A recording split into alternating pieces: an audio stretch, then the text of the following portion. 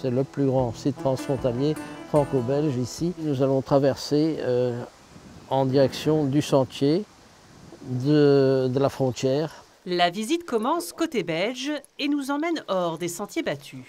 Seulement accessible par visite guidée, et ça afin de donner le repos nécessaire à la faune sauvage. Une zone entre la France et la Belgique riche en biodiversité.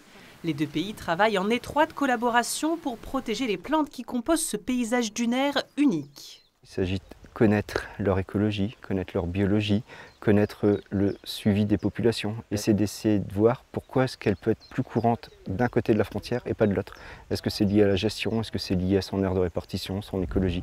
C'est vraiment essayer de travailler avec les Belges et les Français pour essayer de comprendre pourquoi les espèces sont présentes et comment on peut les protéger en les gérant de manière intelligente.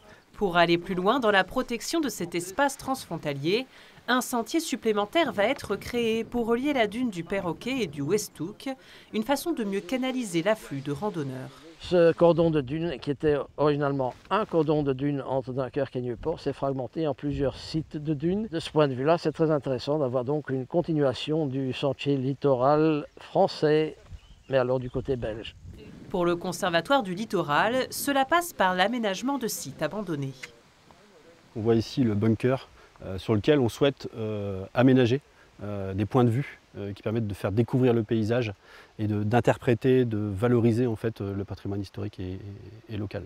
Une des nombreuses missions de cet organisme chargé de maintenir le sentier du littoral, une spécificité française. Il n'y a qu'en France qu'on voit ça.